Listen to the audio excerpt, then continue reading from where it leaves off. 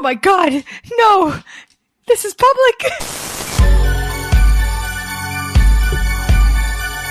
Spooky season's greetings and salutations, and welcome to Hacker Slash. If you're joining us again, welcome back. Be afraid. Be very afraid.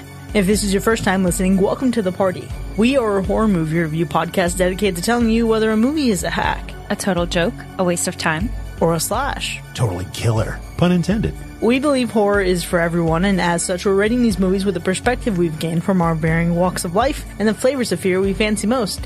My name is Chris, I'm your friendly neighborhood slasher enthusiast. This week I'm joined by the Superfly Space Guy Mac. Don't you think that's worth a Nobel Prize or two? And the paranormal paramour, Binks. You're disgusting, as always. This week we're breaking down an 80s remake of a science fiction horror film from 1958, which itself was based on a short story. Set in the heart of the 80s, one maverick scientist over ambition leads him down a path of life-altering proportions, and the maestro of his story is none other than David Cronenberg, a luminary in the realm of body horror. This film follows the journey of a man whose brilliance is matched only by his eccentricity. His life's work? A groundbreaking experiment that could change the transportation world as we know it. But, as we all know, the path to innovation is fraught with risks, and even the best laid plans can go awry. Dipping his toes in the waters of the mad scientist trope, Cronenberg crafted a narrative that is as much about the fallibility of human nature as it is about the perils of unchecked scientific curiosity. Armed with a $15 million budget to execute his vision, Cronenberg's film won an Academy Award for Chris Wallace's grotesque effects work and Saturn Awards for both its genre and actors. Its success cemented itself as a worthy successor to its 1958 counterpart, and to many, is considered an upgrade. This week, we're talking about The Fly. Who's seen this one before? 100% me. This is, I think, pretty obviously sci-fi horror in my book. This is right up my alley. This is something I've seen several times before. Yeah, I also have seen this movie before, definitely when I was younger, but actually more recently, I've mentioned in the past couple episodes, I'm working on this like top 100 horror movie scratch off poster. And so of course this was on there. And so I think I watched this, I think it was like in February or something like that. So back at it again with The Fly. Yeah, I've never seen this movie or its predecessor before.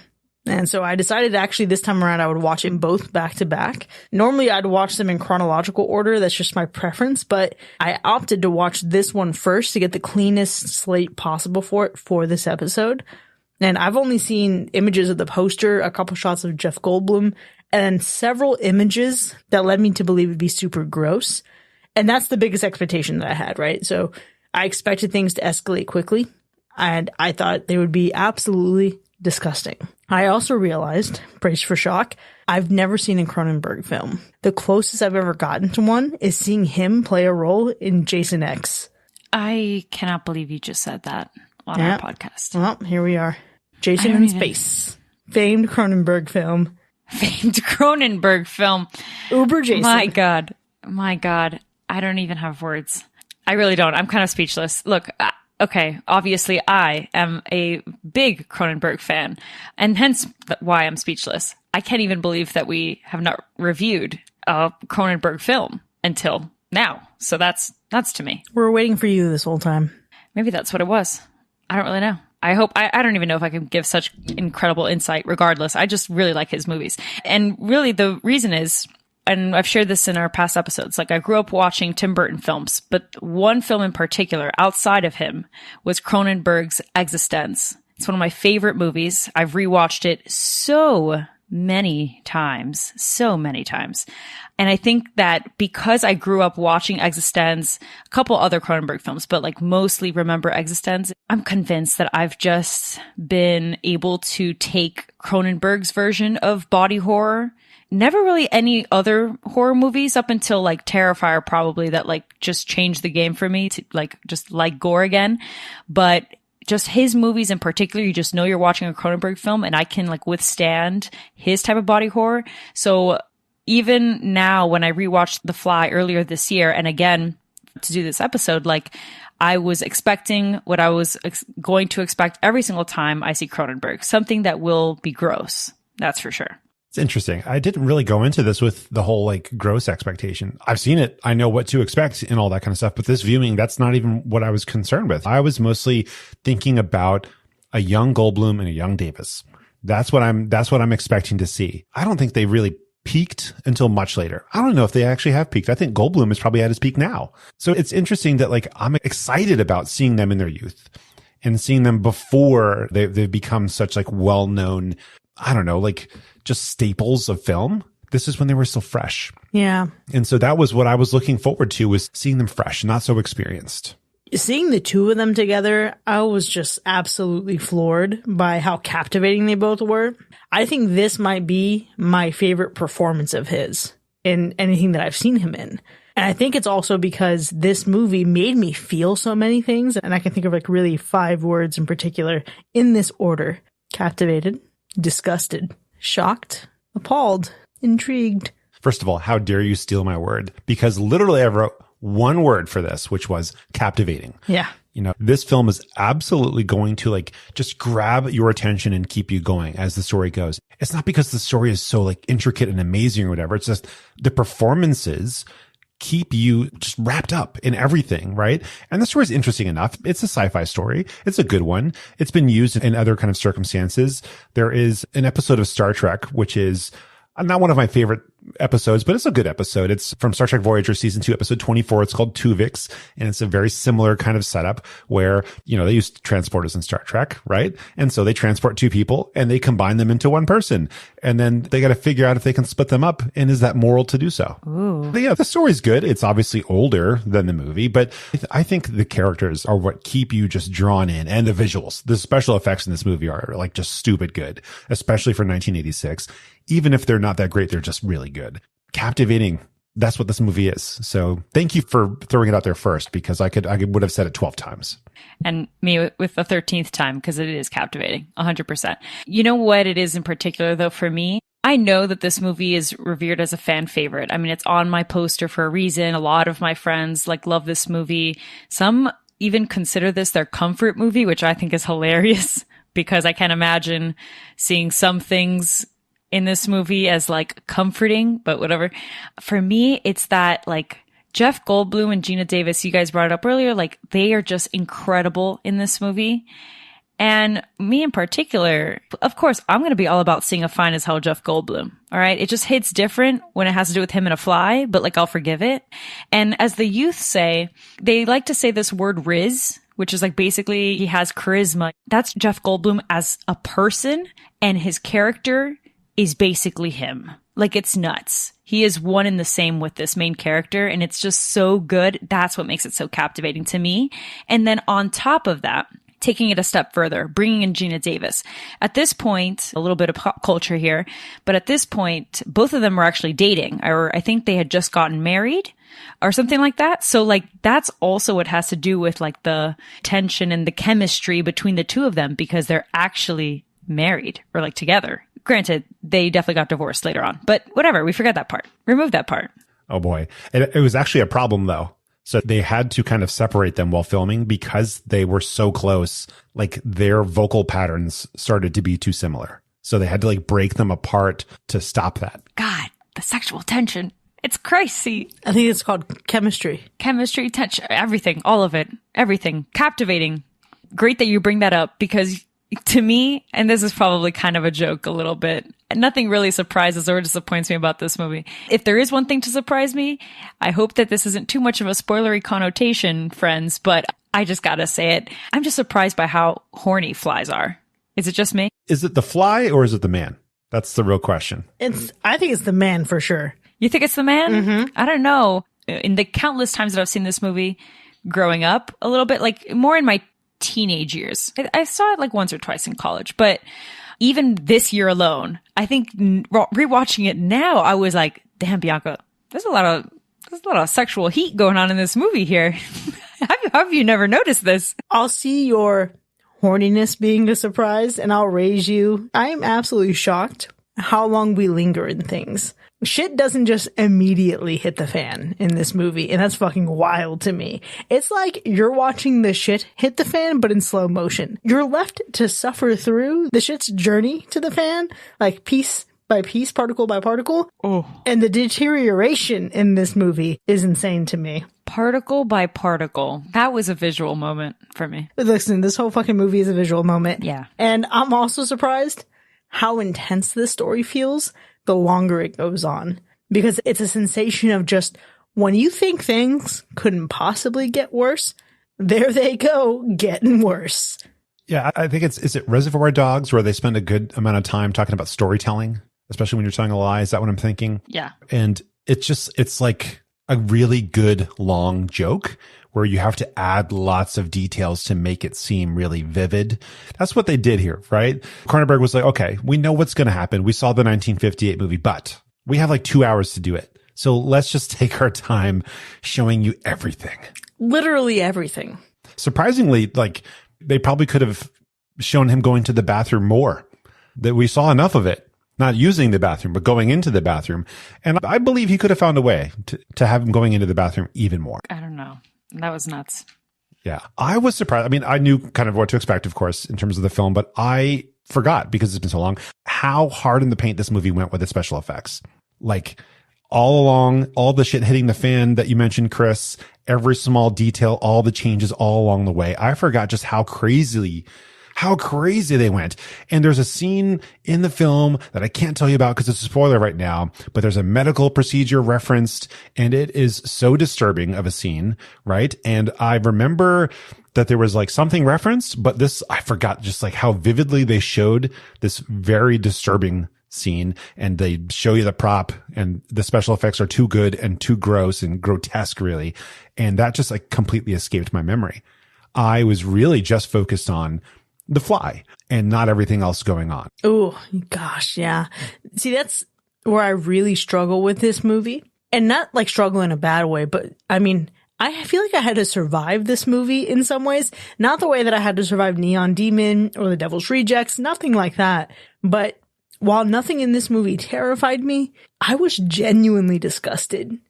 And I actually thought I was going to throw up a couple times. In fact, I think about a scene that we're going to unpack later in the spoiler zone, and I almost throw up just thinking about it. And of course, Binks had to pull that GIF as our Notion card page. And it's just like, oh my God, it's just, got the heebie-jeebies. But that's really what does it for me here. And I think aside from that grotesqueness, I think the kind of fear that this might induce is more of an existential fear. We'll unpack that more in the spoiler zone, but I think that's what this is for me. Like, it's not a scary movie in the way that you might expect a horror movie to be, but it's a scary movie in the way it makes you think and the amount that it's going to gross you out. Huh. Yeah, this is definitely one of those like Ship of Theseus kind of moments here. When am I no longer me? Is definitely a great existential question. Also, you need to watch Existence, like 1,000%. I don't think you're going to have the same, well, you might have the same reaction, but you still need to watch it. I don't know, man. I'm thinking of one scene in particular. She's going to have one hell of a reaction. Yeah. I don't think this movie's scary, though. I'm with you there. I don't think it's frightening to me, but I do think it is very grotesque. And I look at it and I see more of the sci-fi of things than I do the horror of things. Like, I never even thought about this because I always lumped it in with other sci-fi movies. I never even thought about the horror of it all. It's obviously a horror movie, but in my mind, it never came across that way. And I'm not scared by it because that's who I am. But like, there's images on screen that some people probably don't want to handle. Well, and I'm definitely one of them. The thing is that I am afraid of flies, flying insects in general, just things that I don't enjoy. Like if a fly is like zooming around, I'm like hyper vigilant. So truthfully, the idea that there would be someone as hot as Jeff Goldblum's morphing into a fly is just not fun. And I think in general, the movie obviously is nasty. So it's not scary in the traditional sense. It's not like it's a jump scare type of situation. And like, I didn't even think of it as an existential type of thing either, actually. So that's interesting, but I can see it. To me, it's just like, Bianca, imagine if like your partner just became a fly. That's fucking nuts. That's terrifying. So no, just no. That's just one big no. Hey, that's like those Instagram challenges. Would you still love me if I were a fly? That's what I think about, Mac. That's what I think about.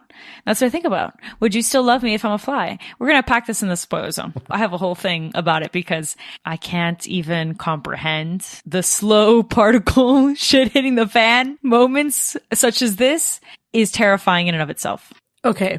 So you bring up this whole, like, would you still love me if I was a fly? And I think that is such an interesting difference between this and the original movie. Have either of you seen the original movie? I haven't, actually. No. I haven't. So sorry, Sean. I'm sorry. And, he's going to forgive me later. Maybe it's a good thing that Sean isn't on this episode, because I think maybe if he was, it would have really needed to be an old versus new. Yeah. But man, okay. So from one angle, let's just break this down in terms of how this movie differentiates itself. From one angle, it's a mad scientist movie. It's not like you haven't seen something where someone borders on playing God and something goes awry. Things always go wrong when you fuck around, and you do find out. But this is such a different take from both the original short story and the 1958 film, because those stories were woven with science fiction and murder mystery. And I think about the amount of love story in that. And this one focuses way more on body horror, like an allegory for terminal illness. And the love story feels more like complete tragedy. And that is such a different feeling to walk away from. I see. So to my point then, it seems like the original would hit harder in terms of would you still love me versus this one is just, well, not necessarily. It's illness. It's wild because I think they both require the same things Sure. of the people involved in the love story. This one I think does go into the would you still love me a little bit more, because I think of the feeling that I felt watching this and some of the reactions that we get between our two main characters. But then in the original, it's just such a different story that it feels even more like partnership. It's just wild. I can't wait to get into it in the spoiler zone, but we're going to have a blast breaking it down. I was going to say, yeah, I haven't seen the original, and I had every intensive purposes of doing kind of like what you did, which was just watching the original after seeing this one. But then I thought to myself, Bianca, you can't fuck with flies. You know what I mean? Like, you can't even, this is a lot. There's a lot of fly action twice this year already. Let's just wait a little bit. So it'll have its time. That being said, though, would love if maybe we review it later on in the future or something like that, because I was curious to see what the differences were. Because although this is obviously based on a short story and then it's a remake, right? Like, there's that originality debate that we love to have, but it seems like this movie is revered because it is so great at veering away from the original content, actually, and dabbling with leaning into the gore, dabbling with the humor. Because this movie's funny, man. I laugh a lot. And it really does have to do with Jeff Goldblum. I think he's just like, again, that's his personality, his delivery, his comedic timing. That it leans into that. That makes the difference. But I guess hearing your perspective on having seen the original, I was always curious as to like, okay, why? Usually the remakes are never so much better than the originals. And this is a perfect example of that. It's just so powerful because after watching both, I really love how the original approached things. And I think it's a lot of intrigue. And I think as someone who does tend to like older films, I appreciate it. But this movie did not do what so many other remakes do. Rob Zombie's Halloween takes a classic and then just like adds a lot of gore, adds a lot of backstory, and it does something else, right? This one takes the original story, builds upon it, and makes it more intense while also respecting the whole point of it. And that is what I think this really nails. I think you could say that it's technically not original, right? Technically, but like practically it is. Practically, it is completely original. The depth, like you said, the depth is what they're using to make it its own thing that you cannot say is another thing. I mean, I think it goes all the way to the very end. This ending here is as memorable to me as like The Thing, which was only a couple years earlier. I have to agree with you in terms of the ending. It is like the height of nastiness is occurring here at this end. If you are easily squeamish, aka Chris, maybe, kind of, sort of, not really. I'm not. You're not easily squeamish. Some things just do it. So I was going to ask you at some point tonight, if you did feel like you were going to vomit, because this movie will do it. So I'm glad that you didn't, but you were almost there. Almost. I watched this shit around the time of eating breakfast, and I never eat breakfast. And I was like, what the fuck am I doing? Bold. Very bold. Mm-hmm. Yeah, no, this is peak stuff right here. I also think it's sad. It's gross as hell. I also think it's abrupt too, kind of like towards the end, but you don't need more. It's to the point, and I appreciate it for that. And it's giving women get shit done. Yeah. It gives women get shit done. Oh, that's such a good way to put it. I personally love the ending, and I feel like it's been a little while since I've said that I've loved the ending of something completely, but I think I'm blown away by how much the results are absolutely perfect on paper. However, I do take umbrage at the subtext and some of the implications for characters and relationships towards the end. And it's not something that's like for real, like there. I think you could walk away from this movie not taking any of that, but it was there for me. It was present for me. And I can't wait to unpack it further because I got thoughts. But I think we got to start making our way towards our rating so we can actually get into the spoiler zone and break all this shit down. But before we reveal our scores, Mac, how would you rate the gore score? Yeah, we've mentioned that this movie gets really gross and grotesque. It's probably a different type of gore than most people are expecting from horror movies, but it is very high. And what about the animal report? If you think that this animal report would be safe considering the subject matter, you're insanely mistaken. Things get nasty, my friends, and PETA is not a fan of certain things exploding. Well, let's go ahead and get into our ratings then. The Fly from 1986. Was it a hack or a slash? Just amazing things came out in 1986, Labyrinth. Which is a classic. Me. Yeah. This movie also came out in 1986. Just really good stuff. And it's a classic. I'm going to be straight up. This movie is a classic. I'm sure that the 1958 is technically a classic, but just like me, this movie is absolutely a classic. It is so good. The acting is phenomenal. For 1986, the special effects, again, they're just stupid good. They're gross. They're effective. They're not overused though. They're just incredibly bombastic, I think. But I think like you mentioned earlier though, Chris, the power of the allegory in this film is so strong. It's a little bit on the nose once you realize it. Like once you put two and two together, you're like, oh, wow, I could literally just read this completely differently now. But I think it's good. I think it's effective. I think if you can stomach this film, you're going to have a great time. And if you can't, you're missing out a little bit. But overall, it is an absolute slash. Yeah, look, I'm going to follow up with similar vibes. Not going to lie. I mean, I've already said I haven't seen the original. But my gut continues to tell me, and even after getting into it with you, Chris, it continues to tell me that this is a stellar adaptation. It's got a mix of everything that I can appreciate. It's the sci-fi horror that I've been kind of missing in my life most recently. I really want more sci-fi horror in theaters, and it's just Cronenberg, and I've always loved Cronenberg. So, Jeff Goldblum, Gina Davis, they're rock stars, and like even the pacing of the story is so great. Everything is solid. I mean, yes, you're in for a very disgusting ride, but it's a treat as well. It's a good horror movie. And some of Cronenberg's simplest work, because if you know Cronenberg and his filmography and his stories, it gets wild. So there's just a lot to enjoy here. I've already seen this movie twice this year, and with my heavy disdain for flies, that should tell you plenty. So it is 100% a slash for me. Earlier I mentioned I was blown away by elements of the ending and how well it comes together. And I think I'm also just blown away by how much I loved this movie, in spite of how disgusting it is. This is an instance where the gore in a film supports the narrative versus exploiting gore and sensationalized violence for pure shock and awe value. I watched this movie and I immediately was struck by needing to process it, needing to look up anything I could about it, and then looking at what happens in the sequel? Although the service formerly known as HBO Max immediately queued up the sequel and ruined the question that I had about the ending right there in the description of the movie. But this movie has been on my mind nonstop since I watched it, which ensures that it has all the hallmarks of a slash. And with that, The Fly from 1986 has earned itself a universal slash. Now, you can find this movie available online. You can check the link in our show notes to find where you can check it out right now. But once you do, join us in the second half so we can unpack it together in the spoiler zone. We'll see you in a bit.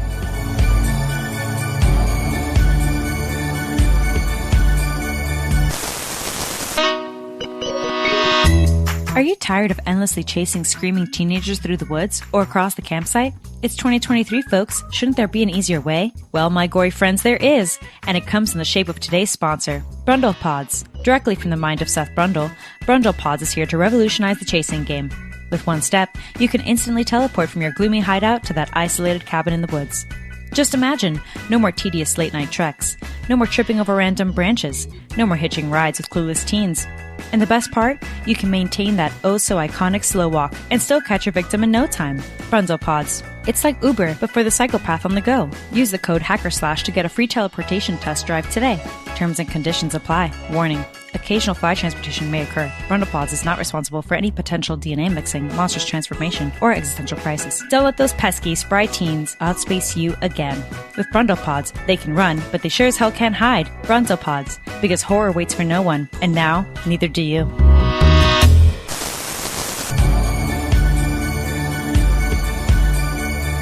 Welcome back, folks. You're now entering the spoiler zone for The Fly, which has earned a Universal Slash. We have a lot to unpack here, but before we get into the specifics of how disgusting this movie is, let's start with a kill. There was one. Just one. The kill. That one, you know the one. You understand. Yes, there was one kill. We can say that much for humans, but there's more than humans. Oh, that poor sweet baboon. It's fucked. And You know what? I was confident it was fucked without even seeing what was in the other pod because we knew it wouldn't end well. And then we got the bloody paw print. Ugh. An absolutely disgusting fucking mess that reminded me of The Thing. Yes, that is so true. It was just a blob. They didn't have to say it out loud, but basically the thing got turned inside out. Yeah. I really feel, Seth, that we could have done something that was maybe one step between article of clothing and fucking live baboon. Yeah, it's interesting that they didn't go with a rat. And that's like, I feel like the standard unit for testing animals, right? Or Isn't it? An insect. Literally anything. If you're going to start venturing into that shit, you could have just tried something else before something quite that big and expensive. Right. Not that the expensive price is the most important part of this. Well, I guess you said insects, and I mean, technically that did inadvertently happen. Inadvertently. Yeah. They also could have gone, I mean, if you're testing organic material, you could have gone for something that was already dead and seen how that translated. And then, I don't know. But yeah, there's a lot going on in here. And when we try to go into the kill in this film is in reality almost 2 hours long. Yeah. Right? Because it's not something that necessarily, obviously it happens at the end and we can talk about that, but it is a whole transformation that leads us there. Are there any of those gross moments along the way that were your favorites, if you will, or maybe standouts? You know what? It was all fucking disgusting. So let me just say that my favorite moment was the exclamation point to all of it, which was the shotgun blast to the insect head. Because fuck that. Yeah. And it wasn't even just an insect head. It was the fly that had been merged with machinery at that point. Mm-hmm. Even more mangled. Telefly. God, just so nasty. But you know what I pictured? Like, that's what I look like when I'm trying to take down a roach that's flying around the kitchen. Oh my gosh. Could you imagine this movie except it's a cockroach? Oh! I would never, ever watch it. I would never watch it. That is cursed. We didn't deserve that. That's fucked. You ruined this for everyone. Yeah. You took it too far. No. That's fucked. Look, my favorite nasty part, if we really want to think of it that way, I guess, the ear falling off was just, that was the moment. That was it. And what was worse is that after that happened, she hugged him and I was like, Jesus Christ, Veronica, was the sex that good? It had to have been. And that was love. That was, I don't know, man. It had to have been because there was no way on this planet. No way on this planet. First of all, way before he looked the way that he did in that moment. I'm so sorry. Maybe I am vain. Call it my Virgo-ness. I don't know what it is. But like, there is no way that I would have hugged or gotten close to that pus. But this man's ear fell off. And then, you know what the worst part of it all is that she went in for the hug on the side where the ear was missing. Yeah. Her face was next to the part where the ear hole is. Yeah. See, if Rob Zombie made this film, that would have happened, except we would have seen it stick to her. Oh. God damn it, Mac. What are you doing tonight? You're welcome. Mac, you're really going in. Rob Zombie's The Fly. Yeah, we would have learned, though, that the fly had a troubled upbringing. Oh. I think there was a lot of gruesome moments, especially as things get much, much worse towards the end. But the part that's like absolutely terrifying to me is the fingernail thing. It's gross, but we've seen it. We've been there. No big deal or whatever. But having had so many dental issues in my life, the teeth falling out or being pulled out, that for me really sealed the deal. That was like extra disgusting, but also incredibly effective because, yeah, you don't need teeth. Yeah. If you're a fly. Man, let me tell you how sad this moment was. And I told you earlier that I couldn't stop thinking about this movie. A few days after watching this, when I was at work, I had someone telling me a story of like, I guess it's their spouse's grandmother, so their grandmother-in-law. And she called them because she'd been freaking out because she was brushing her teeth and a tooth just fell out. And I was like, man, that's so sad. Like, you're aging. You're getting to this age where you're falling apart. And how terrifying must that be to be at this point in your life when you're looking at this little tooth and you're like, fuck, it's all downhill from here. Oh, well, I can tell you that from personal experience. So I've had so many dental issues over the years, all stemming from a really bad dentist when I was young. And yeah, I've literally had a tooth just break while eating popcorn. Maybe you should consider a lawsuit. It's definitely past that point. I think now it's been 20 years. But if anybody knows anybody, or if anybody's a dentist and wants to give me a free mouth, hook me up. Yeah, it's just, that kind of horror to me is so effective because I've lived it. And before I went through it, I used to have nightmares about it. I think like dental issues are actually a pretty common nightmare or like fear or something like that, right? It's like really gross. And so I used to be freaked out by that idea. And then it happened to me where, yeah, like a tooth just cracks in half and comes apart. Yikes. And so I feel it when it happens on screen. Like, I'm like, yep, been there. That sucks. Doesn't feel good whatsoever. I've also had acid reflux most of my adult life. And so when he starts transforming into the fly and spits out the fly goop, one, is disgusting, but it's the wrong color or the wrong viscosity or something. I don't like it whatsoever. Oh my gosh. Yeah. But yeah, I guess it all makes sense. If you had this massive acidic spit, your teeth would be unnecessary. The milky acid vomit, and especially when it's going over the fucking donut in his hand, that fucking, oh my God. Bleh. Yeah, that was nasty as all hell. Okay, I mentioned this in the first half of the episode, but the part that was really grotesque to me was Gina Davis in the stirrups having her nightmare. And we see what could be described as, I guess, we will call it her child from her and the fly, but in reality, it's just like a giant grub. Yeah, the larva baby, the larva fetus. It was giving Eraserhead. You know what? I actually saw this movie and then I watched Prometheus afterwards. Nice. And it also, Chris, you've seen Prometheus? No. Okay, well. It's fine. Maybe it reminds you of the Deacon? Yes, yeah. It very similar. I was like, man, back-to-back scenarios here. This is creepy and disgusting. Yeah, they're pretty similar ideas. Yeah, I see Prometheus, I see this, and then I'm like, those kinds of scenes are nasty, and I would be having nightmares too. Hello. It's true.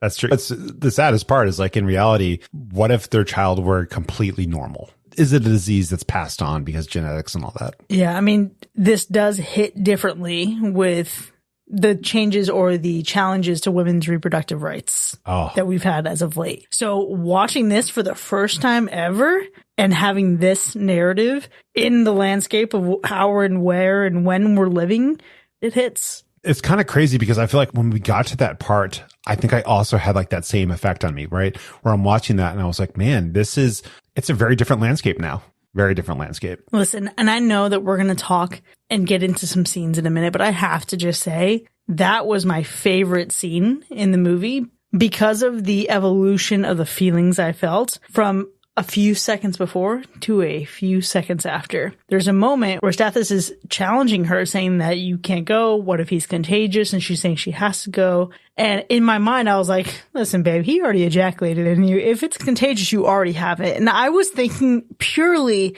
in the body fluid perspective, right? Just like how illnesses can transmit from one human to another. And then she says she's pregnant, and I was like, she's fucking pregnant, bro? What? It's like my mind couldn't even go there. It's like within the realm of the horror that is this movie, I could not even fathom her having his offspring. So then it cuts to this nightmare, and she's having to push out this creature, and it's a fucking larva. You think, oh, man, whew, it's just a nightmare. And I got really relieved. I was like, oh, clearly this whole fucking thing was a nightmare. And then I realized, shit, wait, she was just actually pregnant. And that takes you into the moment where she's like going to confront him and she's going to tell him, but then she can't. And man, the emotional impact of this entire revelation set the tone for the rest of the movie. And I was like, man, it really do be getting worse. Yeah, that they took the brake off and they're just rolling straight downhill at this point. This shit went 0 to 100, but still somehow went a cool 40 miles an hour. Okay, so one, yes, that's a great scene. It's a lot of disturbing, of course, absolutely, very much so. But I have to admit, I enjoyed some very early scenes that were very, I don't know, they're kind of silly. But when they're just like going out to eat and chatting, it's got to be the chemistry, I think. But I really enjoyed their time just like hanging out as they're learning. And especially as he's like early on in the transformation before he becomes like, I don't know, Spider-Man 3, where he's got the strut. Yeah. Before he hits that level, when he's just like feeling good, it's really, I think it's interesting to see that dynamic change because it's pretty evident. Like they're still cool. They still have good chemistry, but he is becoming a different person slowly. And the speed at which he is speaking, he is literally buzzing like a fly would buzz around. Ew, I don't like it. But I do like that.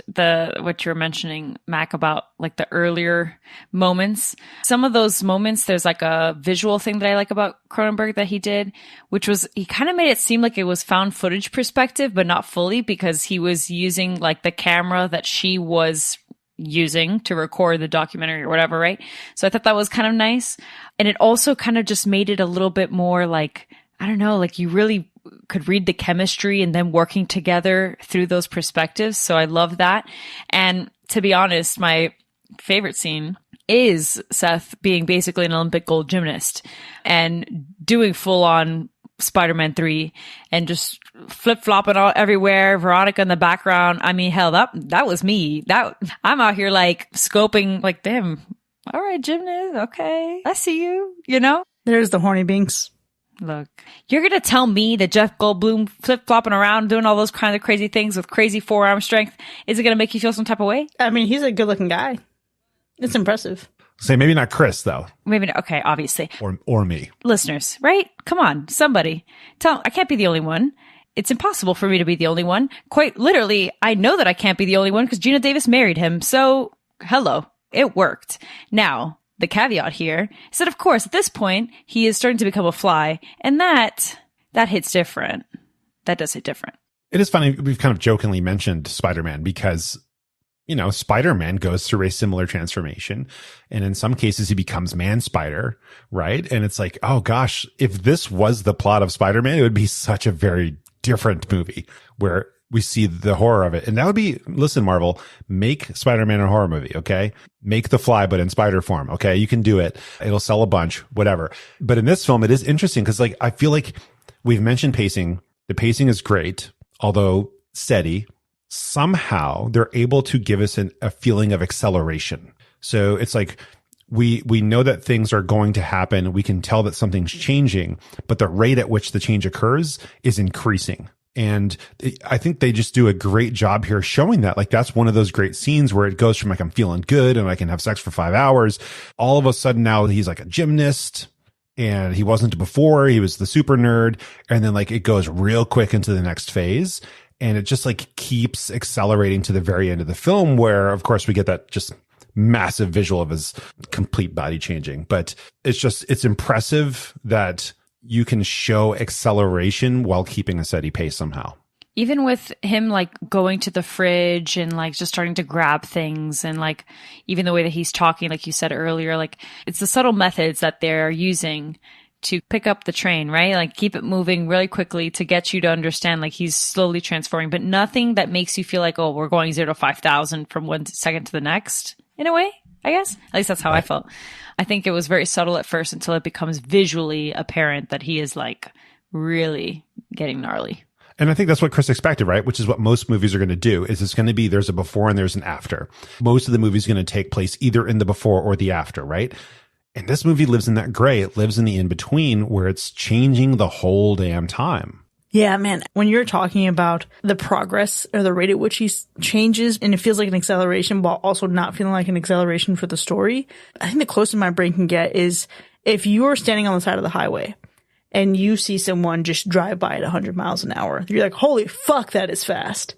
But then if you were to zoom out and look at a whole like top down, sky down view of this person maybe driving 100 miles from the East Coast to the West Coast, it still doesn't fucking feel very fast. You know what I mean? It looks like they're moving at a snail's pace. And I think that is the interesting perspective that this movie operates from with relation to that transformation and that change. But isn't it wild that all it takes is one insect to interact with a guy and then all of a sudden he's just barely hanging on and he's already a dick? There's something that where he like starts to feel the power, but I think he kind of realized it though, because he warns her eventually, right? He warns her that he's going to lose any sense of morality and he's not going to be able to keep himself from acting like a fly. Yeah. It's like he could feel that slipping away, but he couldn't feel it slipping away when he went searching for some strange. That's what I was going to say. I was like, not initially when he was like, you don't want to get in that little pod? Okay, well, I'm going to find me another bitch that does.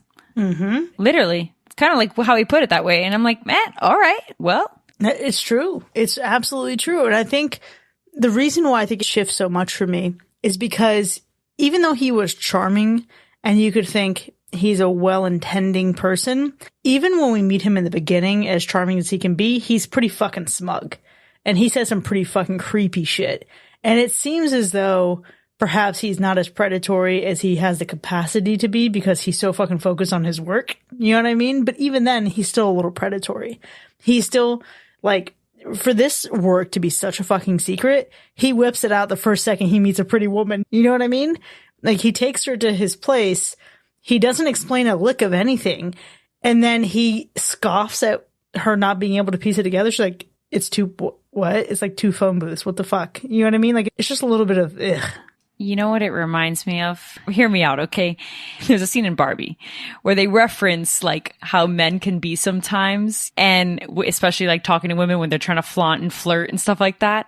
And this reminds me of a particular moment where they're like basically mansplaining things, right? Or just in the scene in Barbie, they're like, oh, you haven't seen Godfather? Like, oh my gosh, let me show you. Like, which is such a thing that has happened to me. So that's fact. That is spot on.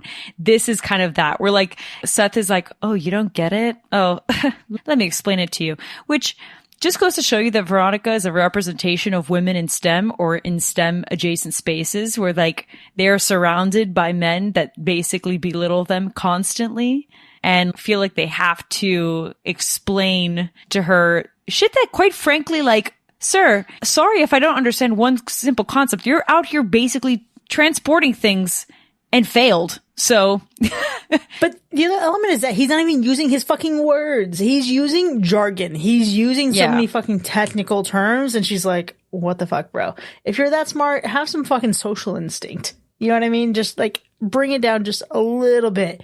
But that's, I think, the interesting thing here when we see his transformation. Is he becoming more beast than man, or is he becoming who he actually is without the distraction of his work? And that's where it is for me. Well, and let's also remember that technically this whole shit show happened because literally he thought that she was still in love with this other piece of shit man. Like, leave it to men typically to just kind of do something stupid because they're jealous and insecure. Yeah, and a little drunk. Professional scientist. And a little drunk. And a little drunk. Professional scientist who has poured his life and his soul into this work. He flies too close to the fucking sun. Literally and figuratively. Because he's drunk, he's insecure, and he's concerned about the woman he's seeing. I really wanted better for him. You did mention, right, that this is possibly the person that was always there underneath. And when you go back to the beginning of the movie and watch it for the umpteenth time, you realize he has invited a woman he just met to his back alley murder factory, right? And she just rolls right in there like it's no big deal. Like, obviously she's a little bit like, this seems a little bit sketch, but she walks in. She walks into a place with a giant sliding door, right? That thing like rolls open. He's like, oh, come inside, right? And she's just like, okay. This is it. It's cleaner on the inside. He fucking, and then at one point he says, can't let you leave now. You've seen it. What the fuck? You don't say that to a woman you just met, Seth. What the fuck? And look, this is not me hating on Jeff Goldblum, because again, I do like this character and I do think that what ends up befalling him is a tragedy, but holy fuck.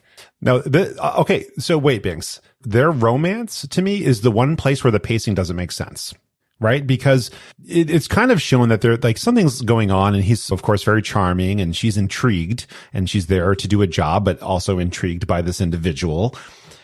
But it seems like with the power of movie magic that it's like 3 days and they're massively in love. Bro, the U-Hauled.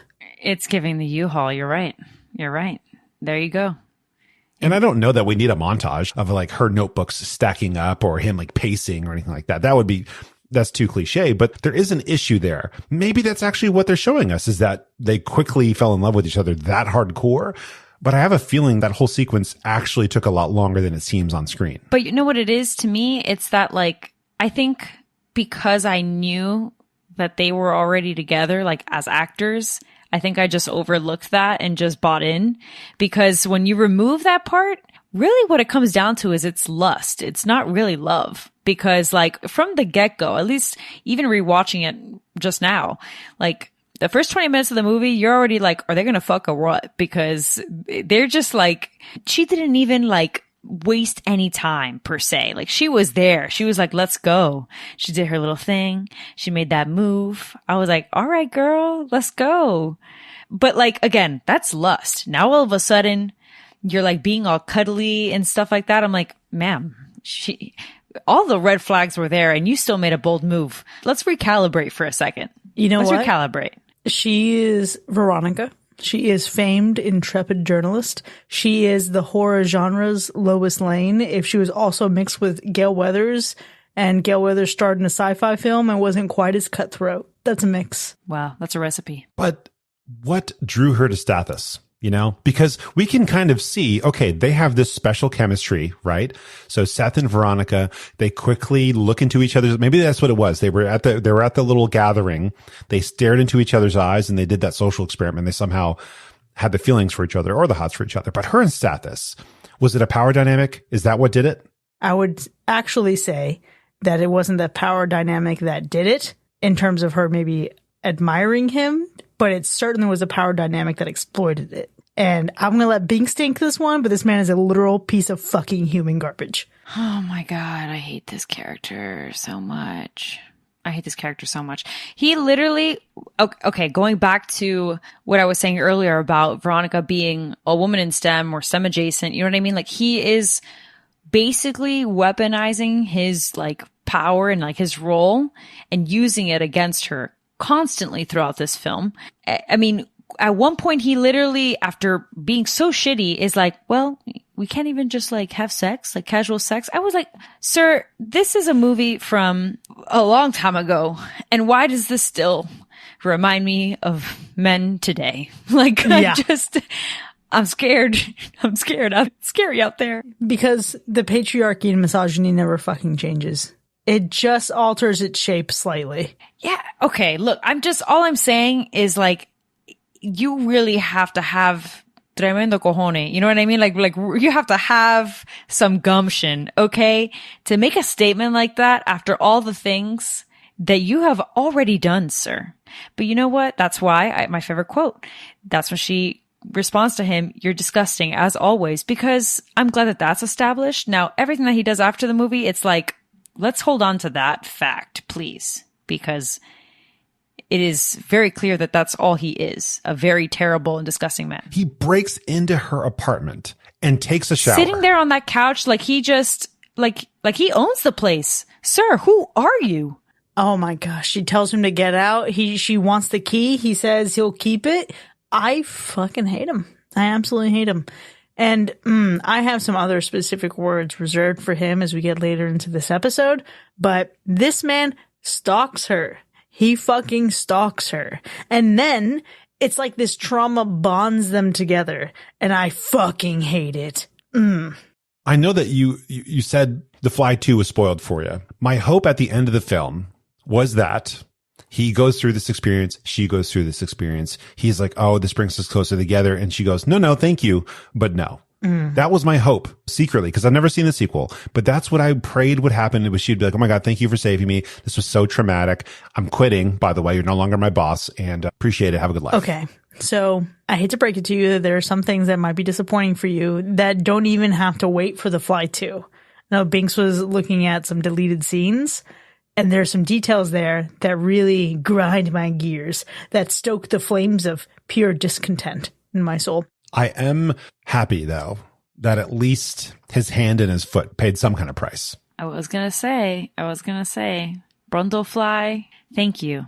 You did your service. If you did anything at all, you did that. He could basically be a member of the Skywalker family at this point. Oh, don't do that to the Skywalkers. A general statement, though, this movie has very, very little characters in it. Mm-hmm. I can count them with barely one hand, maybe. So props to that. I think with it just in general having very little characters, it's still like so much fun. Didn't need to, good thing though, it didn't need to have so many different characters and like side people and like a whole bit. I think with what we got was what we got.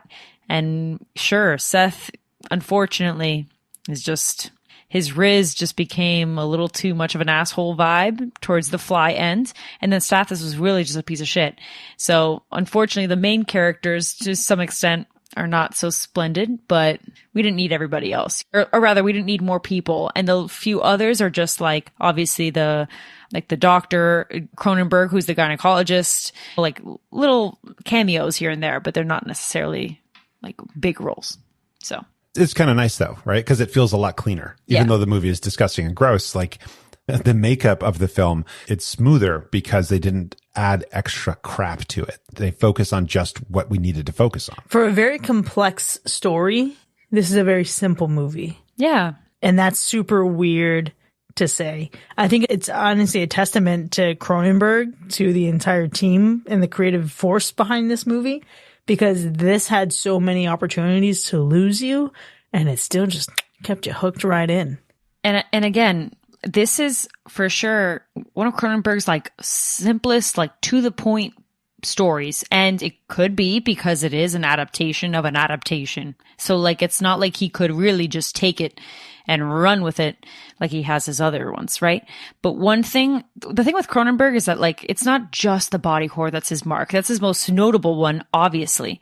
But the thing with Cronenberg and all of his work is that it has a lot of course, sexual like innuendos and undertones and like relationships and how they are in relation to sex. So that was his second touch to this. That's why I keep joking around and bringing it up. It's because that's how he is. That's how, in all of his movies, that tension and like relationships and using lust is he loves exploring that stuff. So I'm glad that he was able to do that, plus his body horror stuff, with something so simple. You don't need it to be crazy. You watch his other stuff, that thing's gonna twist and turn your brain 5,000 different ways. I think I've mentioned it before, but like I always find the best sci-fi is where sci-fi is part of the movie. It's not the movie though. And this is, I think, really effective here. This movie doesn't have to be about a man turning into a fly. This could be a movie about a scientist who struggles with bipolar disorder. This could be a movie about a scientist who ends up sick with cancer or something, right? Like sure. This could be Dr. Jekyll, Mr. Hyde. Right. It doesn't matter what it's about, right? Like that in terms of that moment, that part, that small detail, it's really about the characters here and about their struggles in between. And that's why it's so effective, is like the sci-fi is part of the setting. Sure, that's great. And it's very effective visually, but the characters are what drive the story here. And that's why it works. Yeah. And that's really what, even when you think about any good zombie movie, the best zombie movies are the ones that focus on the lack of humanity, but not because of the zombies. The zombies are a catalyst for these circumstances and these interactions, but the zombies are usually the best, most integral part of the movie. But I think this is what's really interesting. You talked about Binks, Cronenberg's exploration of lust and the love that's in this movie. Are y'all okay if I share a little bit about the differences and the dynamics between this and the original? Yeah. Sure. So in the original movie, take the ending of this movie and put it at the front. What? I know. What? This man has turned into a fly. His wife and mother of his child assisted him in his suicide. And then the rest of the movie is a mystery trying to understand what happened, because a night watchman sees her running away after hearing a hydraulic press come down in a factory, and he discovers a body.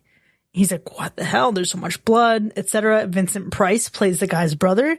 So it's Vincent Price and an inspector who goes to her house. She's kept at her home with a nurse. and she is pretending to be mad. And this whole movie is a journey to uncovering what happened. And then you finally get a flashback to Andre and his work. And then you get a transformation into a fly. It's fucking wild. So to see their love and their interactions and how that framed their entire story, it's so interesting to see the difference here. My jaw is dropped. And I gotta be honest, that sounds like a movie I'd really freaking like. I love me a good mystery, like murder mystery type of noir type thing situation, which I mean, I guess it's not too much of that, but like a little bit from the sound of it. Yeah. Honestly, it's streaming on Max. No, I know. I saw. I swear, I really was going to watch it again, but I was like, I don't know how many more flies I can take. It would be super easy for you from a fly perspective. The worst part is simple, and it is Stathis. I have nothing else more to say. That character is absolute trash, and the misogyny that is emanating from his pores is quite strong. So I could do without him. He's necessary for the film, and I get it, and blah, blah, blah, blah, blah. But yeah, he's abysmal. The misogyny secretes from his pores the same way that fluid sweat secretes from Seth's when he's doing that arm wrestling bit. Damn. Lovely. I forgot about that part. It's true. It's fucking true. Stathis is absolutely the worst part of this fucking movie.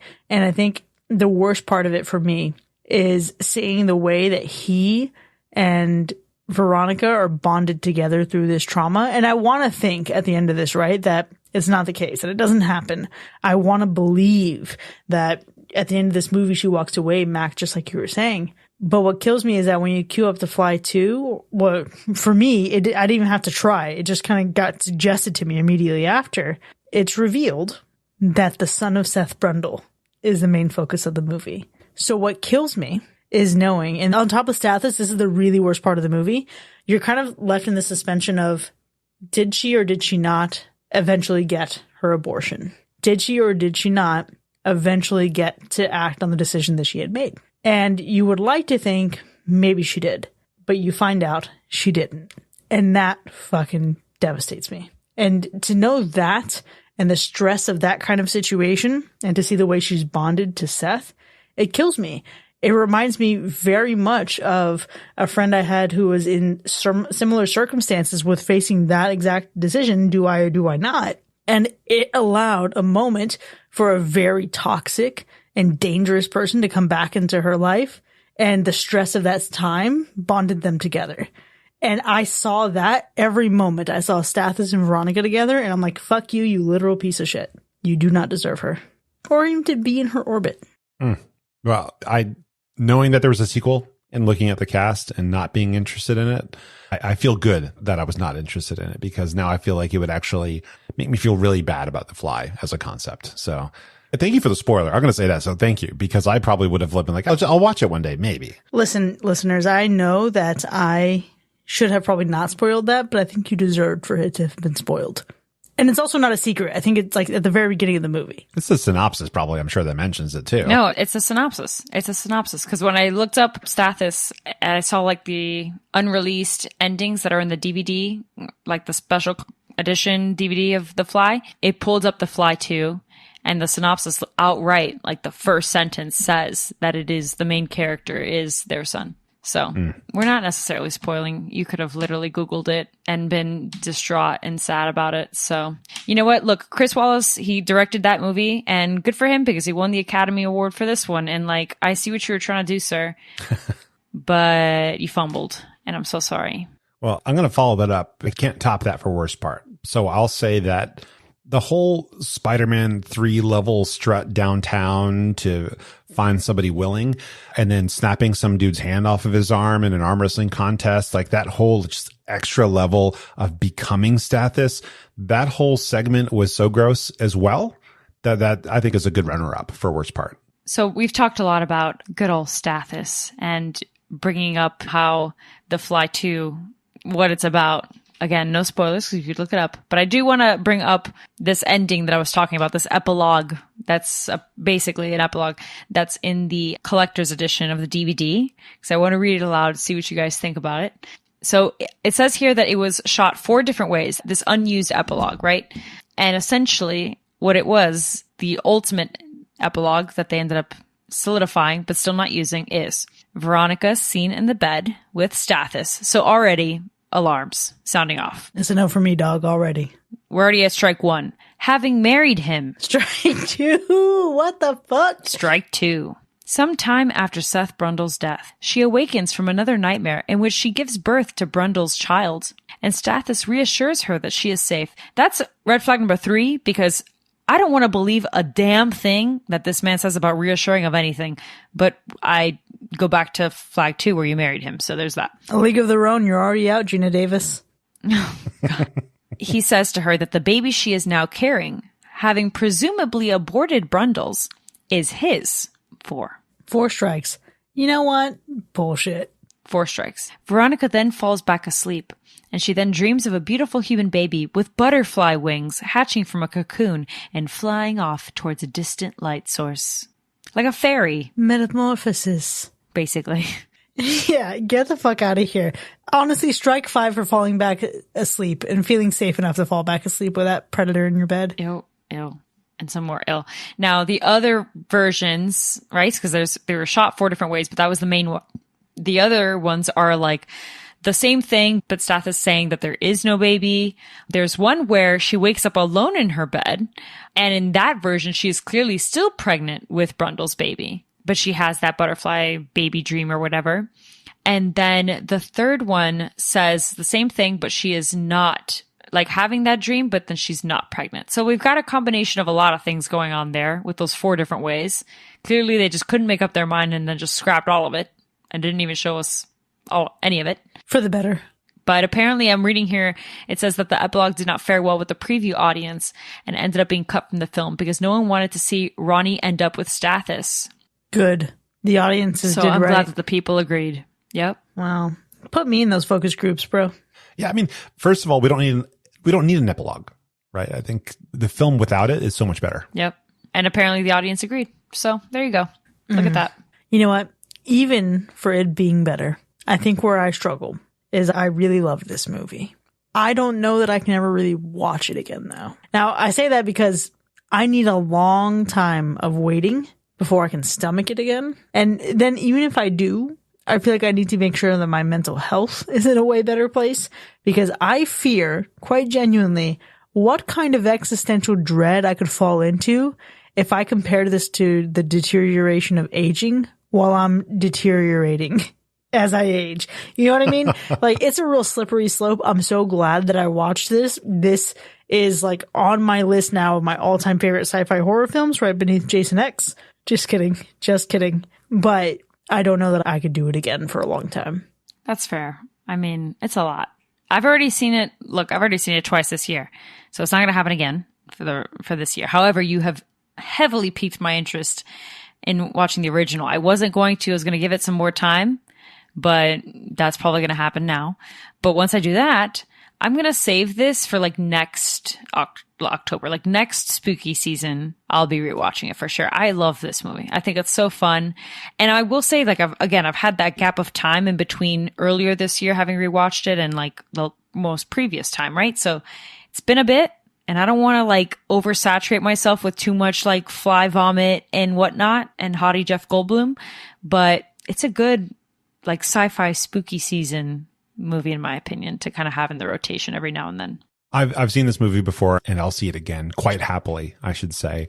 I think a little bit of time and space does help. Like, I don't think I could watch The Thing 15 times a year, even though The Thing is also an absolute classic. I think they're so extreme, they're so intense that like you need them to breathe before you can watch them again.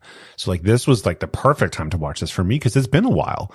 And so it's like, it feels like the right time to see it. And if I were to do this again in a month, I would be taking it for granted. So yeah, I'll watch it again after it breathes for a little bit. Okay, well, I'm really excited that you both can stand some rewatch. I think I've had one to serve me for a while, but for now, let's see what Mac has whipped up for Fact or Fiction. All right, Binks, you ready? It's all you tonight. So I believe in myself. Pressure's on. Yeah, pressure's on. I can do it. Number 1, the well-known line and tagline, "Be afraid, be very afraid," was created by Mel Brooks. Yeah, fact, yes. Yes, this is a fact. So Mel Brooks is a producer of the movie, right? And he coined the phrase when talking with Cronenberg about how characters should react to Brundle transforming. And of course, it made it into the film. You see, I knew that Mel Brooks was a producer.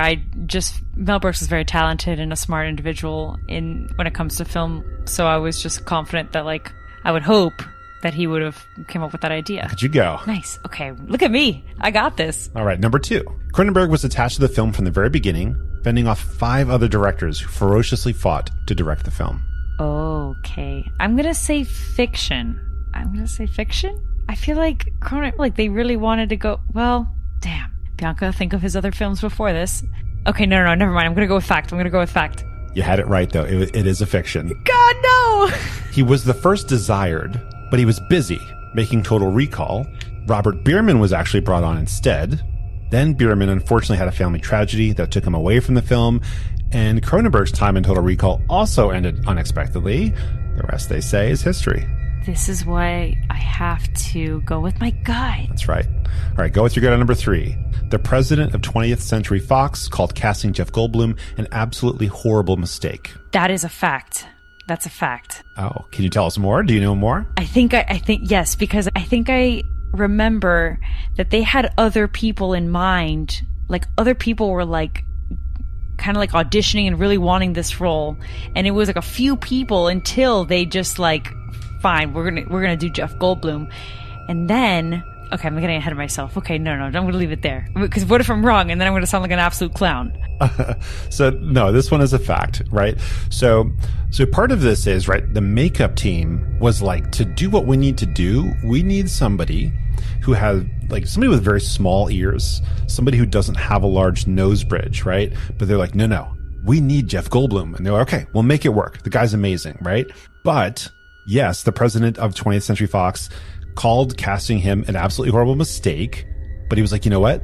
This is for you. This is your own choice you're allowed to make. I'll green light it. That's fine. But I do wonder when he realized that he was absolutely horribly wrong. Yeah, I mean, extremely wrong. And the reason that I think I read this, because the reason I know this is because I think I read that, like, the other people, there was like one actor in particular, God, he's famous and I can't think of the name now, but there was another person that was wanting this role, and he did not want to be altered. Like, he didn't want like a ton of special effects and stuff on him. He wanted to still kind of look like himself, apparently. And Jeff Goldblum was like, take me there. Make me a fly. Life finds a way. All right. And then finally, number 4, Vincent Price, who we know was in the original 1958 film, slammed this remake for going too far. Ooh. Cronenberg does take it far, and people love him or you hate him. So I'm going to say fact. All right. This one's a fiction. So Goldblum actually wrote him after the release of the movie, stating, I hope you like it as much as I liked yours. So he wrote him back and he went to go watch it. But he did describe it as wonderful right up to a certain point. It went a little too far. He didn't hate it. He didn't slam it. Okay, but he didn't hate it. Right. Oh, that's sweet. That's sweet. And that's been Fact or Fiction. Well, there you have it, folks. Albeit disgusting, the fly has earned a universal slash, which must make our Superfly Space Guy well happy. It gives Superfly Space Guy a whole new meaning, doesn't it, Mac? Oh, boy. Oh, that's perfect. Now, we've certainly had a robust discussion here, but it doesn't end here by any means. We want to know what you think. Would you cuddle up with Brundlefly? Let us know. You can join in on the conversation by hanging out with us for free in our Discord. Click the link in our show notes to sign up. If you've enjoyed listening to this episode, consider joining our New Blood Drive and becoming a member of the family. Visit patreon.com/hackerslash to enjoy more of the show with early access, extended episodes, bonus content, and live shows. We'll see you next time, folks, and remember, computers are dumb. They only know what you tell them. Drink deep or taste not the plasma spring.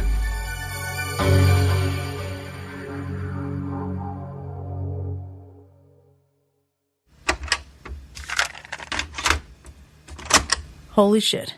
I can't believe we are 10 episodes away from our 300th episode.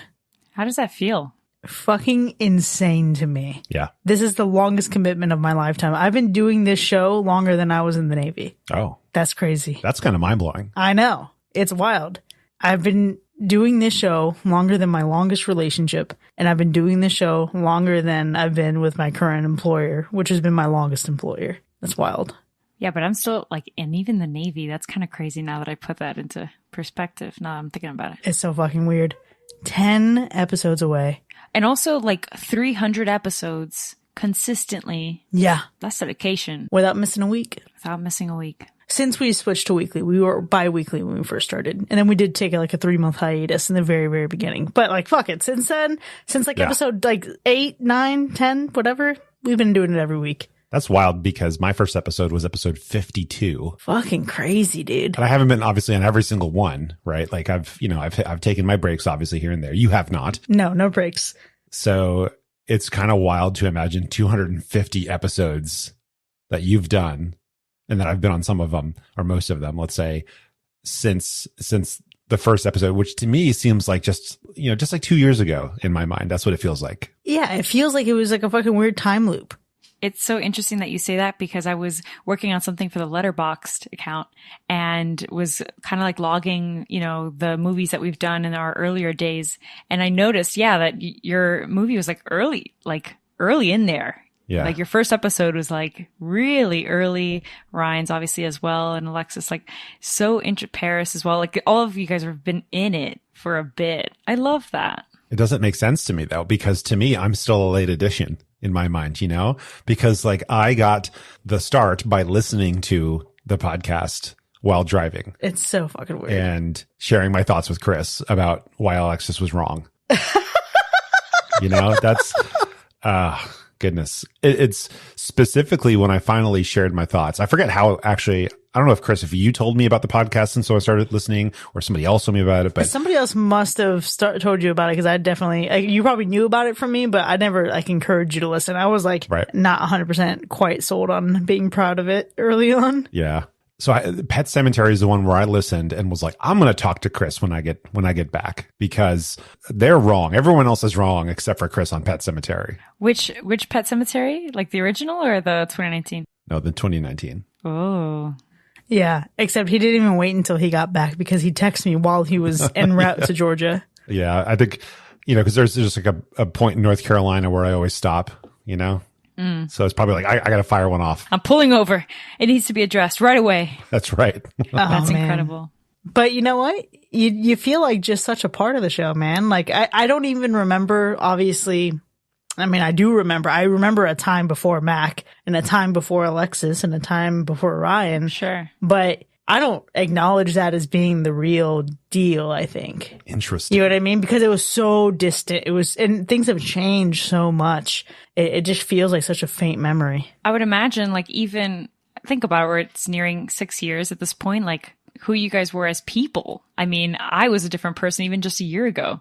So I can't even imagine 6 years ago, Yeah, I mean, when I think back now, because in my mind still, it's been only 2 years and it's been 4 years. That's wild. Mm-hmm. That's absolutely wild. That's someone's entire college education. God, anything 4 years. Nuts. Well, that's the wild thing. That's why when we talk about when Zach joined the staff, he reached out and shared that he started listening to us when he was a freshman in college and we got him through his college education. Wow. It is insane to me.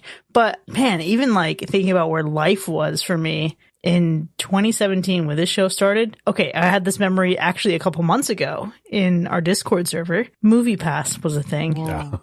My first ticket ever, my first movie ticket ever. And the reason why I found it okay, maybe this is a good time to do this was because I bought my It Chapter 1 ticket with MoviePass.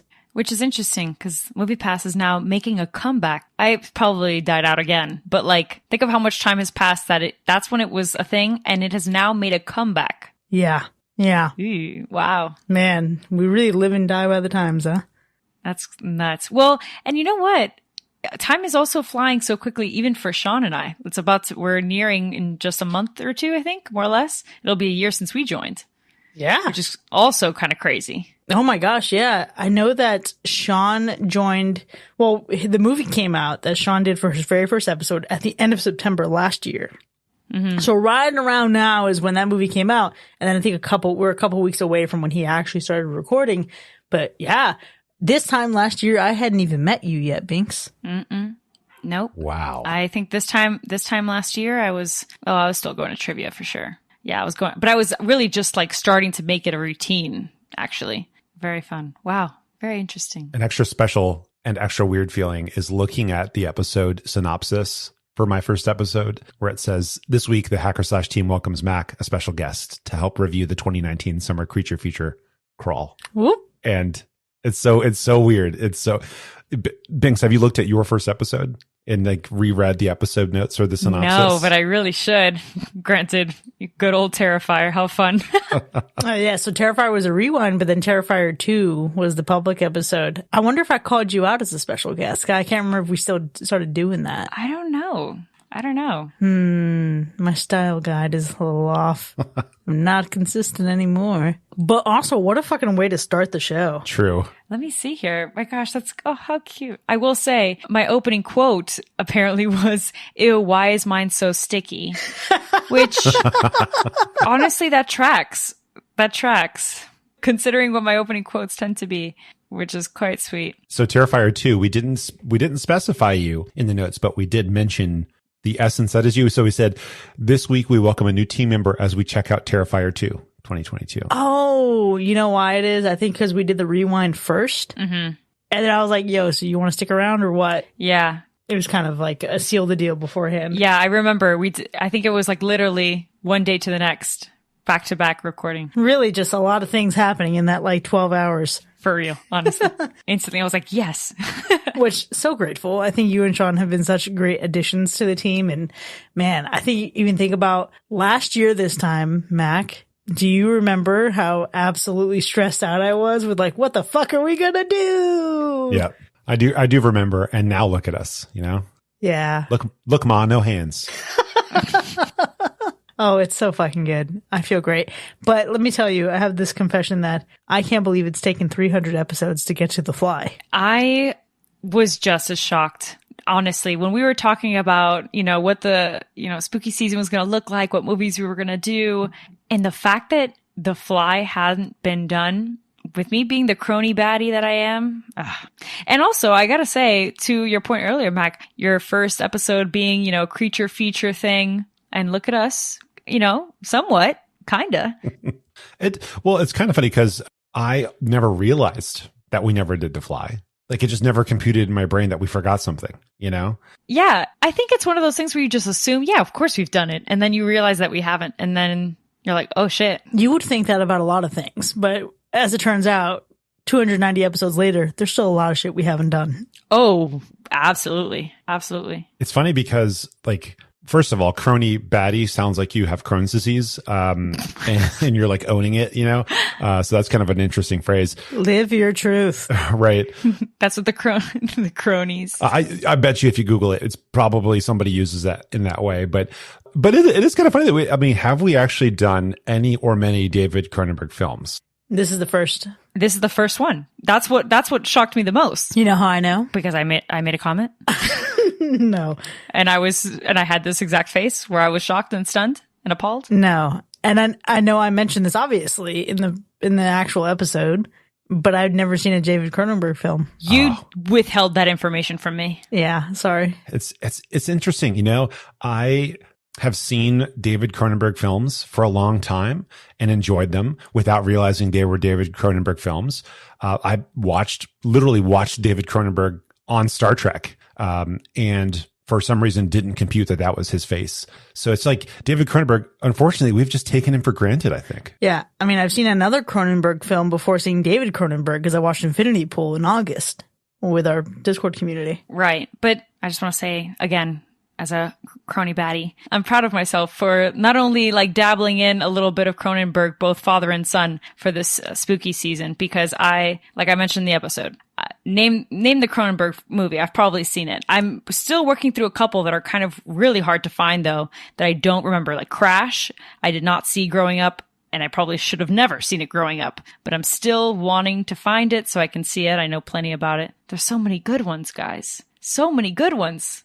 Well, it's funny because, this is obviously a great example of body horror. Right. And things start to line up when I think about A History of Violence, because there's a scene at the end, or probably a couple, but there's a really brutal scene in History of Violence that seems so excessively brutal and violent and damaging to somebody's face. And it's like, well, of course it is, because that dude knows what to do. When we're talking about bodies doing gross things, he's well schooled in it. Yep, you can count on him. I saw that in theaters with my mother. No business seeing that in theaters with my mother at that age. That I can think of, actually, no one's nominated a Cronenberg film as a patron pick yet either. Maybe there's a reason for that. Oh, I'm hurt. Maybe we just can't stomach it. Out of all the body horror that's out there, he is definitely, I mean, he's well schooled. He knows what to do with it, but at the same time, like, it's tolerable. You know, he's not to such a level that most people couldn't deal with it. Well, let's rewind for a second. That depends on the film. I'd say for most of his films. Yeah. I was going to say, for most of the films, for sure. I have not seen Crimes of the Future, though. Ooh. And I don't know that I will, so I can't speak on that one. Oh, but you should. We'll see. It's on the list for very far away from today. Would you say it's a crime of the future? Yes. You could. One could say that. Fantastic. I think in the spirit of this movie, though, something that I'm curious about, is there a creature or an animal that you wouldn't mind getting mutated with? Like, if you had to go, you know, if something had to sneak in this telepod with you. Yeah, you know, I think you could go a couple different ways. You could go, obviously, another mammal, and that's almost like an easy pick, right? Because who wouldn't want to be combined with, like, I don't know, a bear or something cute and cuddly, maybe? But I'm going to stick to the theme of the movie. I'm going to go praying mantis. Why? Why? Why would you not want to have the strength and agility and ninja skills of a praying mantis? Now, caveat there is, obviously, if it goes the way the film goes, it's a one and done kind of situation. I don't have to worry about, like, you know, lifelong worries as a praying mantis. But if you had to worry about mating or anything, not down for it. But, you know, just to have, like, I don't know, I feel like razor sharp jaws. You know, that'd be pretty cool. Being able to, like, snap the neck of anything you wanted to. That's pretty epic. You know what? That Catholic in you is so strong you still want to pray, even in science fiction. That's great. Oh boy. I'm just thinking of, like, what you would look like. Because here's the thing. This movie has taught me anything. It's that if you were to, like, be merged or, like, have some weird metamorphosis moment with an animal of any kind or an insect of any kind, like, you're just not going to look cute, you know? Potentially. And I think I just got to, like, accept that. So I'm trying to find an animal that, if I were to morph into it, which one would I most likely still look cute while being merged with it? Ooh, okay. So first off, Mac, when I imagine you as that, I'm thinking not of this movie's transformation, but the original movie's transformation, which seems a lot more tolerable. So now I'm imagining you with a praying mantis head and a left arm of a praying mantis. Binks, I'm sure you could pull something off. Something, I don't know. Well, the animal I'm thinking of is an owl. Really? Because I love owls. Yeah, I love owls. My favorite animal. And I feel like, you know, sprouting feathers out of my back, you know, I've seen Black Swan. She still slayed while that was going on. So I still need to see that movie. Oh, get it together. Come on. Actually, Banks, there is a killer in Dead by Daylight I need to show you, because I think when you just said owl, this is what this reminded me of. Paris famously refers to her as the bird bitch because her, like, power has to deal with, like, crows and ravens and shit. So she was an artist, and now her arms are kind of inky but also kind of feathery at the same time. Inky and feathery. Oh, she's cool. Yeah, I know. It just sounds weird, but some of her skins are very bird-like. Interesting. Okay, listen, I didn't think very hard about this. I just thought, what animal's fucking cute? And I'd still go raccoon, because they also are cute with opposable thumbs. Oh, like Rakakuni. Yeah. From Everything Everywhere All at Once. Oh, no, I haven't seen that. What is going on? I can't handle feelings right now, Binks. I haven't either, though. What is happening? This movie came out last year. It's one of those movies you have to save, you know? It's like you have to wait because For how long? You know you're going to cherish it. So you're like, let me wait. Let me hold on to that. No. You've held on for over a year. So, like, well over a year. Listen, I held on to Hereditary this long. No, that's a different story. That's a different story altogether. And honestly, like, even more reason why you should watch Everything Everywhere All at Once. You're already gonna, you know, dive into the pool of that. So, of Hereditary. We'll see. Maybe for Jamie Lee Curtis's birthday. Combining with a raccoon, though, just makes me think Guardians of the Galaxy. Oh, I don't know. My heart. I think of this show. Oh my gosh, what is this show? It's animated. It's on Hulu. And then it's like a bunch of neighborhood pets come together for therapy sessions because one of the dogs belongs to a therapist. Yes. And then there's also a raccoon who joins their club. And that raccoon is cute as fuck. What show is this? It's got to be BoJack Horseman, right? No, it's not. Animated show, dog, Lisa Kudrow, therapy, Housebroken. Housebroken. Never heard of it. Yeah, it's really fucking cute. Hold on a second. Housebroken show, raccoon. Raccoon. He's kind of wild looking, but here we go. He like winks and points at the same time, which is a thing that I used to do when I was really nervous to like exude charm. And sometimes it worked, sometimes it didn't. So he reminds me of me. That's an adorable raccoon. I know. I could pull off raccoon merge, I think. I already have the bags under my eyes. I do worry. Like merging with a mammal might I feel like you'd look like a furry. That's a potential. Yeah. That's like the only possible downside is you look like you work at a Chuck E. Cheese, you know? Well, I should also point out that I used to do the animal mascot things. So it's not my first time wearing a suit. That's true. Oh, man. Purely for professional reasons. I do wonder, though, if you did merge with a raccoon, would you end up eating trash? I don't think so. My stomach would be still my stomach. I'm thinking about the extent that, like, again, in my head, the logic has only gone as far as the 1958 The Fly, which is a head that's like impeding the brain and then the left arm. Yeah, not full raccoon. Never go full raccoon. No. Only like quarter raccoon at most. Do you get to decide that? I mean, again, I'm just following the movie's example. Yeah, we're thinking of a more classic time, 58, where things weren't as extreme. Yes, our imaginations were quite stunted. We didn't have the special effects to literally watch somebody's, face unwrap. Jesus Christ, I can't fucking handle this. Oh. We are a horror movie review podcast dedicated to telling you whether a movie is a hack, a total joke, a waste of time, or a slash.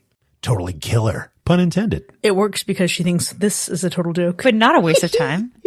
No, yeah. But for sure a total joke. Shout out to Jeff Goldblum, who famously played Rachel Berry's father in Glee. Is that how we're shouting him out for Glee? No, absolutely not. He's done so much great work, and I absolutely love that man to death. But you would expect, with all the cameos they fucking had from celebrities in that series, that it would just be wacky. But he was delightful every time he was on screen. Hey, can I also say, you know what? I rolled my eyes, but I have to give you some credit. You haven't mentioned Glee in the last couple episodes, so I'm proud of you. Jesus Christ. What? I was trying to give you a word of affirmation. Thank you. I'm just saying. Words of affirmation is my love language. There you go. Look, I'm being nice. I still think of Goldblum with his piece on Conan. He says, he was talking, he said, people always ask me how I pronounce my name, Goldblum or Goldblum. I always tell them the same thing. How dare you speak to me? And just a freaking force of wit. That man. I absolutely love that.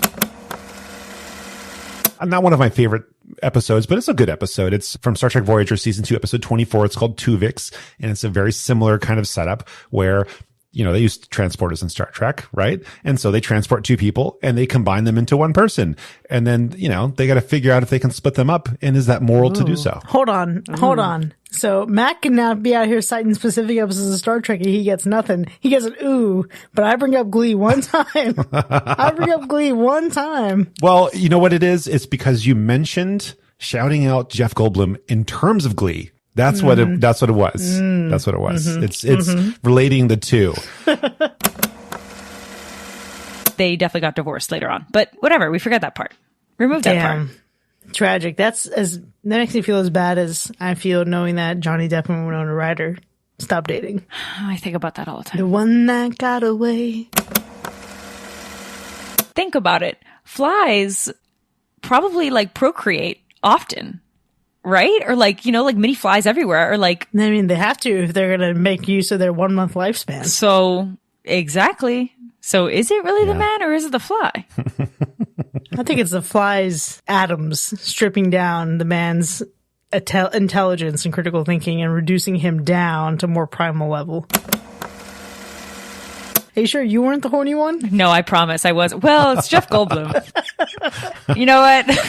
So the 1986 movie The Fly or the 1993 movie Jurassic Park, which one is a hotter Goldblum? Oh my God, what a question. Or is it apartments.com? Yeah, so Zaddy Goldblum might probably take the cake, I think. God, that's such a tough one. No, I'm going to go with The Fly. Miss me on that long hair.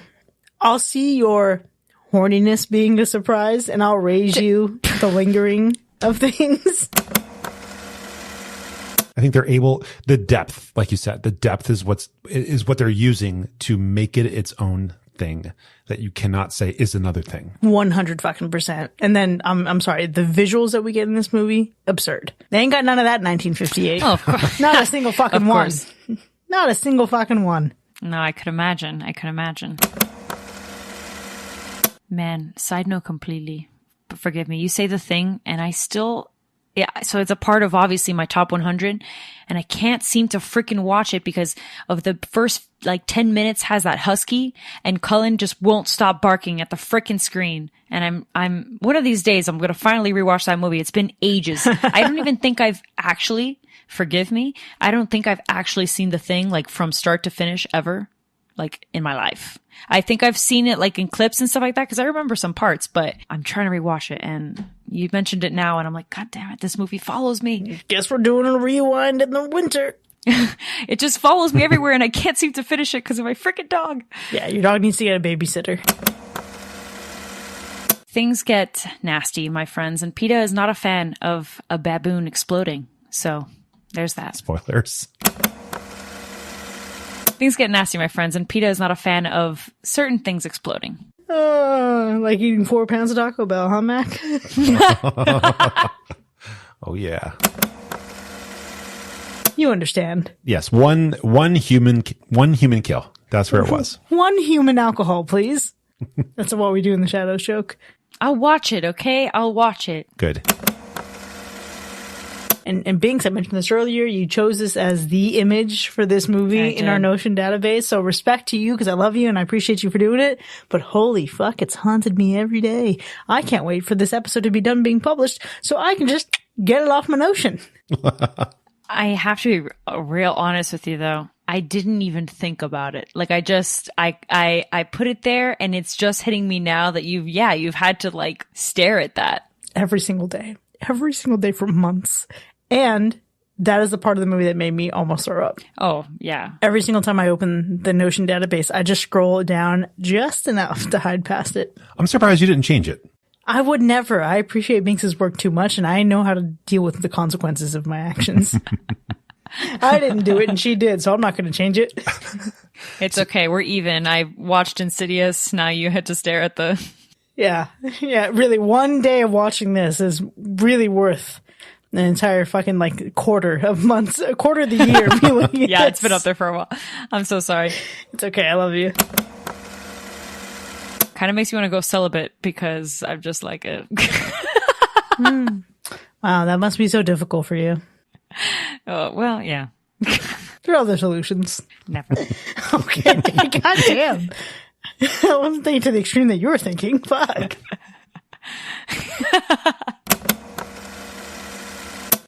Oh, the free sides are going to be littered with After Dark. Oh my God.